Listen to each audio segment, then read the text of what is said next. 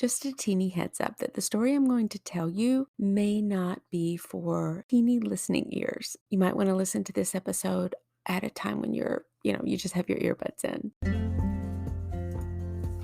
Hey there, I'm Victoria, a certified Christian life coach, author, motivational speaker, and university educator, and I am obsessed with helping you navigate through life's ups and downs so that you can live day by day in God's peace despite the many external demands on your time and energy.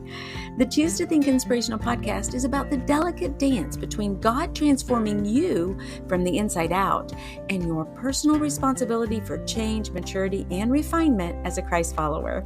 On the show, I'll help you connect the dots between your faith and your life in practical, meaningful ways while giving God room to do what only He can do, and so that you can shine your light for Christ and be better equipped to serve your family and help others around you. You can change every area of your life, one thought at a time. Welcome back to the Choose to Think Inspirational podcast, Brain Changer. Let's dive in.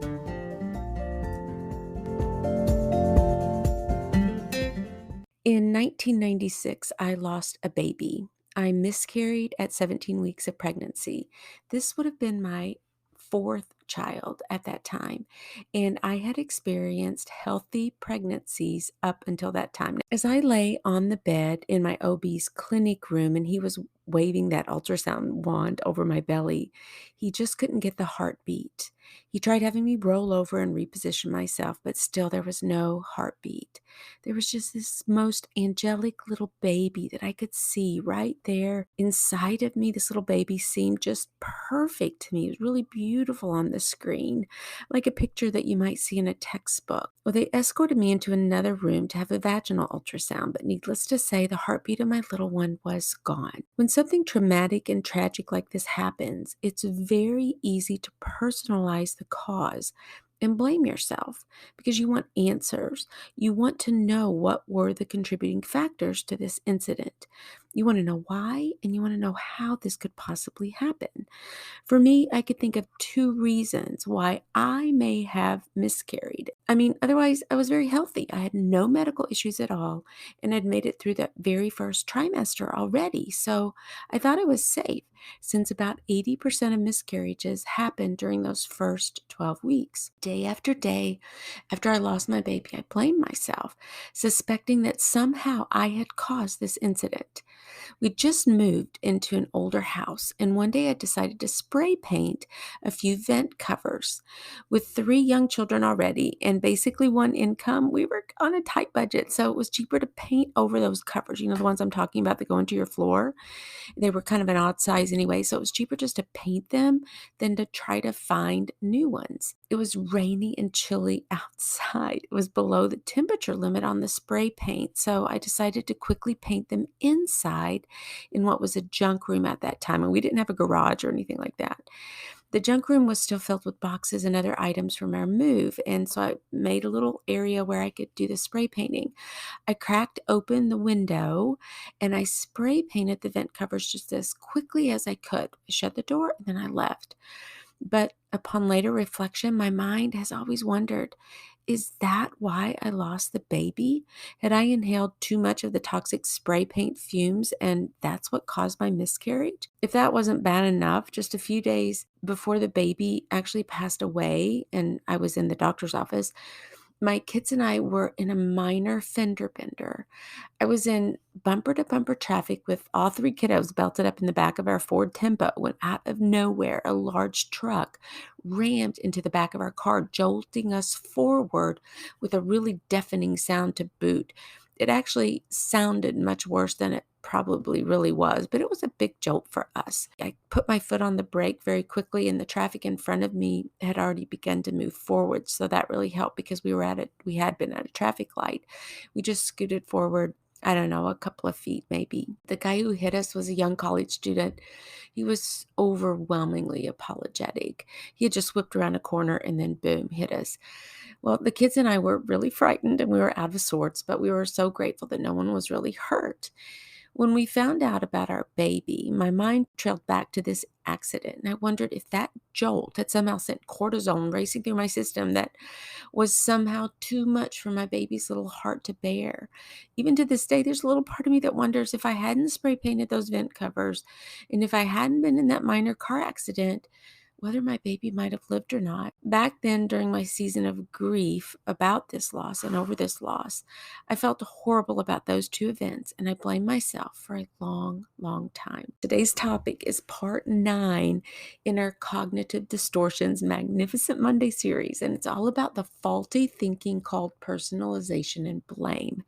By the way, if you've missed any of the episodes in the series, go back to start with episode 202 to find part 1. And this Thursday on the show, be sure to come back to hear from a gal named Stacy Shuey. She's the founder of Hands for Life, an organization dedicated to creating assisted living communities for the elderly and orphans. It's a fascinating interview. But let's get down to today's topic, personalization and blaming. And be sure to stay tuned to the very end because I have a free offer that you're not going to want to miss. But now, let me divide this show today into 4 parts. 1, what is personalization and blaming? 2, what are some examples? 3, what's so bad about this type of faulty thinking? And 4, what can you do about it? So first, let's define personalization and blaming. From my opening story about my miscarriage, you probably have a good idea of what personalization and blaming is all about. Instead of considering any other factors, I blame myself and the event that the young college student created in my life, the accident, for that particular situation. The truth is, there were likely other factors partially or entirely out of my control. The accident wasn't even my fault in any way, and although the paint fumes may have contributed to the miscarriage, the truth is we may touch, smell, even taste toxic items on a daily basis, any of which might not be healthy when we're pregnant. Blaming goes a step further and makes someone else responsible in ways for how you may feel. I could have all out blamed the college student for my fear over the safety of my baby. Though he did cause the accident, he is not responsible for how I respond to it or how I feel about it. Now, here's a quick question that may indicate whether you are prone to this type of faulty thinking. Do your friends or your family members ever tell you something like, "Stop taking this so personally," or "Why did you just make this all about you?" If they've said these types of things to you, there's a good chance that you may want to analyze your thoughts and filter them a bit more carefully. Now that we know what personalization and blaming actually are, let's continue to part 2 with a few more examples. And yes, here comes a pickleball analogy. Let's say you're playing an intense game at a tournament and it's down to the wire.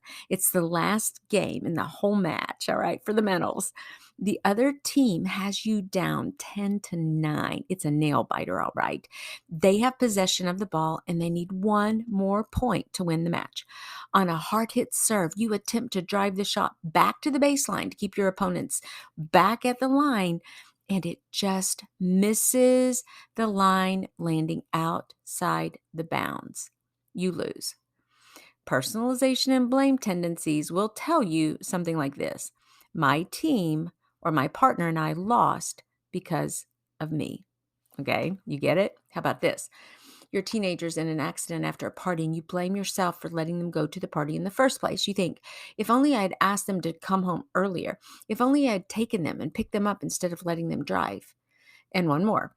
Have you ever blamed your spouse for being the reason you get out the door late on a Sunday morning as you head to church? It's their job for waking you up on Sunday, and you fault them for forgetting to set the alarm the night before. It's their fault you're late. If they had awakened on time, you would have had plenty of time to get to the church on time. Now, we all have these types of thoughts initially, but when we make a habit of engaging this type of distorted thinking, well, it can be quite harmful to us and others. And this leads us to part 3. What's so bad about this type of faulty thinking? You can end up feeling guilty all the time. That's what's so bad about it. I had to combat the guilt I felt when I miscarried. I was grieving and adding guilt to the mix. That sure didn't help it. It didn't help me during that time. Some of my friends lost babies too, and I can remember them questioning their diet and their exercise and feeling like they may have caused the miscarriage as well. When you personalize things and you take things so personally, you can feel targeted or excluded. Your boss doesn't like your marketing pitch and you think they don't like you.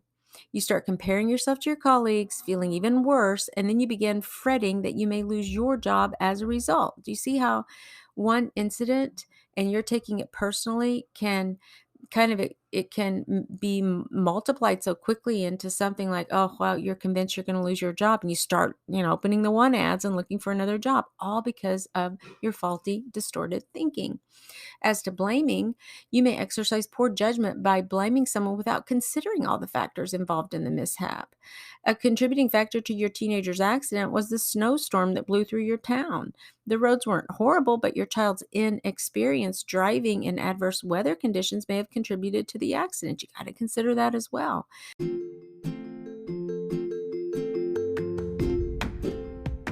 According to UCLA's Mindfulness Awareness Research Center, regularly expressing gratitude, the quality of being thankful, and readiness to show appreciation literally changes the molecular structure of your brain. It keeps the gray matter functioning and makes you healthier and happier.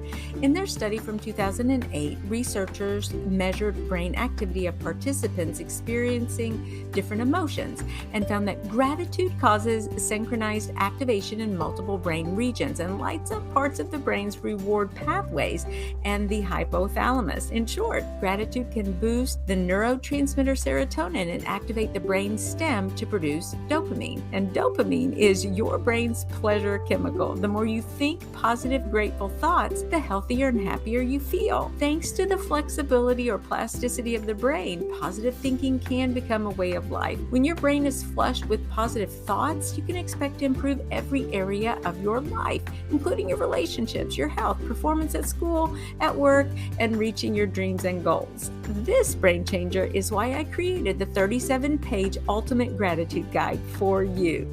It's absolutely free and it's waiting for you. All you have to do is click the link in the show notes to download your own copy as a gift from me to you for tuning in to the Choose to Think Inspirational podcast. And let me tell you, we just don't think positive, we think praise to our creator. So get your hands on a copy of this guide today.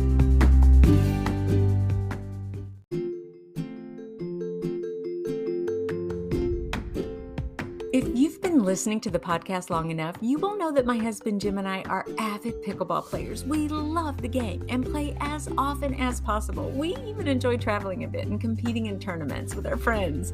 When he bought me the Diadem Warrior paddle for my birthday, I felt like I'd hit the jackpot. He knows how to make a girl happy, all right.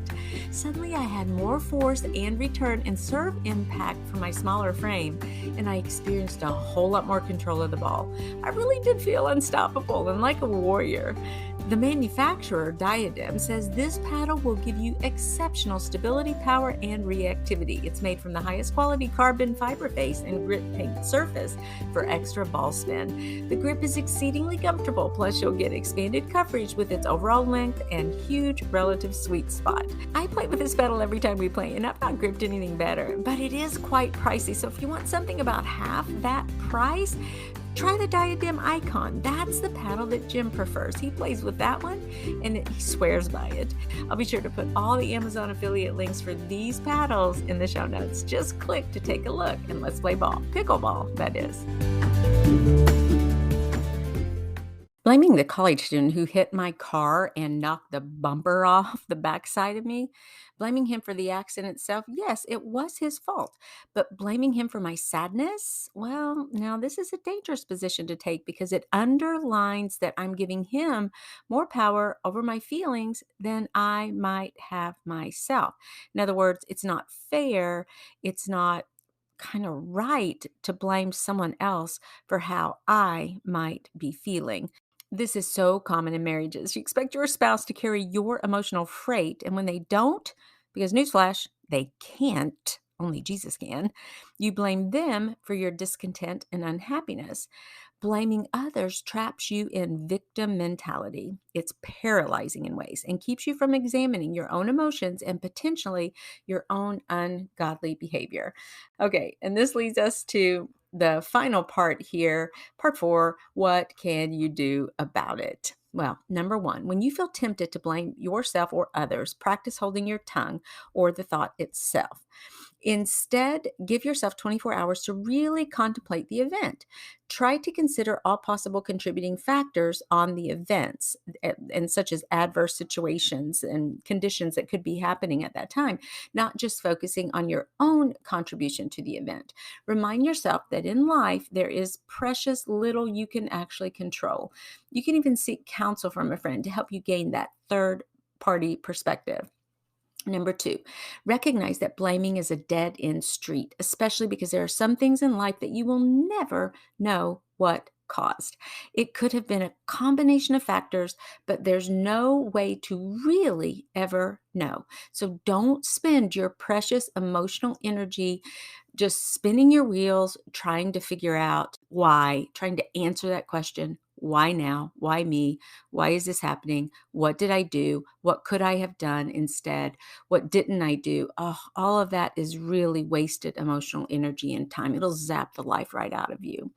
Number three, ask God to help you lay your personalization and blaming game down. Commit your way to Him and then trust Him. God's providential will allows for a lot of ugly stuff to happen in this fallen world that we live in. Ask God for grace to help you endure those times that you are tempted to blame yourself or others for things you really can't control. Number four, practice self compassion. Instead of blaming yourself for things that go wrong, practice self compassion by treating yourself with kindness and understanding, much like you would do for a friend. Recognize that you, along with everybody else, makes mistakes. You're not perfect, you're human, and you're not alone in experiencing difficult emotions. Sometimes it's very difficult for me to feel emotions that cause me to feel uncomfortable. In other words, I don't want to go through them and I do anything to avoid them. But what I'm learning to do, what I'm training myself to do is simply say, okay, lots of people experience difficult emotions and situations. I can too. I don't like what I'm feeling right now.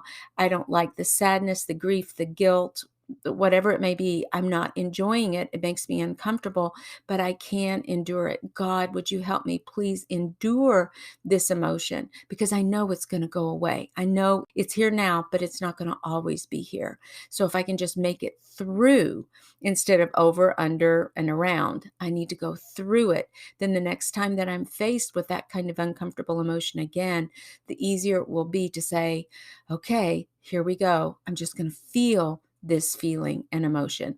I'm going to endure them with God's grace. And I know I'll come out on the other side and I'll be able to continue on. So encourage your heart with that. And then the last one, the Bible teaches both you and me to take responsibility for our own actions, to avoid unfairly blaming others, and to seek forgiveness and mercy when we make mistakes. Remember that changing your thought patterns takes time and practice. It's one of the reasons that I offered you the 7 R's to living your best thought life. That's the actual method. It takes you through 7 steps on how to deal with any kind of faulty thinking or cognitive distortions. You can get your own copy of those 7 R's simply by purchasing the Choose to Think devotional. You got the daily devotional. It's 365 daily devotions. You can start August the 1st. You can start December the 1st, January 1, March 23rd. Doesn't matter. You can start a devotion anytime. You just crack it open. You miss a page, you'll hit it the next year. It doesn't matter. Daily devotions are great to have for that reason. You can pick them up anytime, start anytime. I also wrote a companion journal to go along with that devotion in case you really like journaling.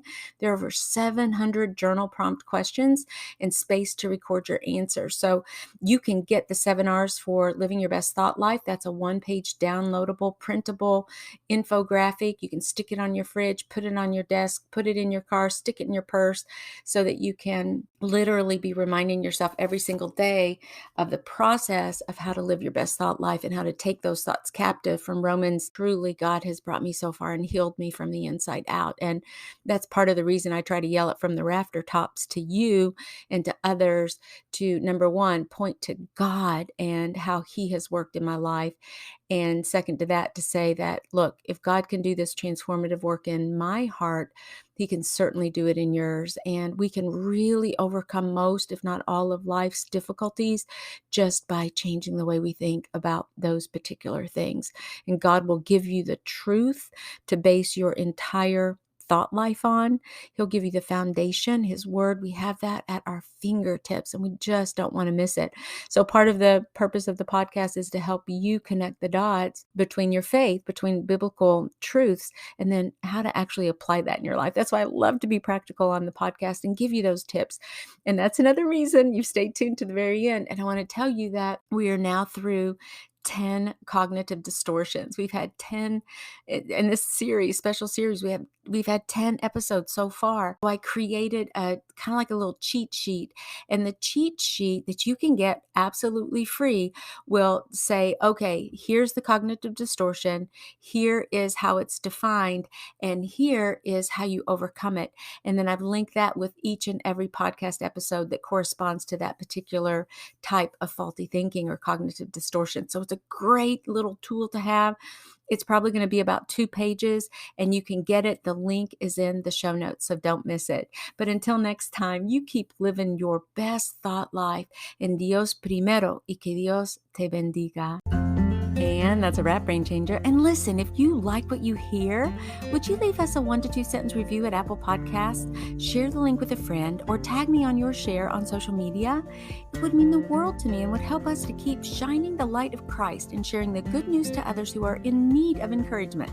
Please visit us on our website at choosetothink.co. That's with the number 2, choosetothink.co, to get on our monthly newsletter list. And if you need a guest speaker for your next women's retreat or church event, I'm your gal. Email me at choosetothink@gmail.com, and that's with the number 2, choosetothink@gmail.com. Finally, I offer limited free mentoring sessions each month where you and I can chat to help you develop a strategy for your thoughts in any area of your life. I'm a certified life coach, and I have something to share. Visit choosetothink.co and click on mentoring for more details. Also, keep in mind that the messages on this show are for informational and educational purposes only. Please consult your medical doctor for all medical issues. Thank you again for tuning in. God bless you.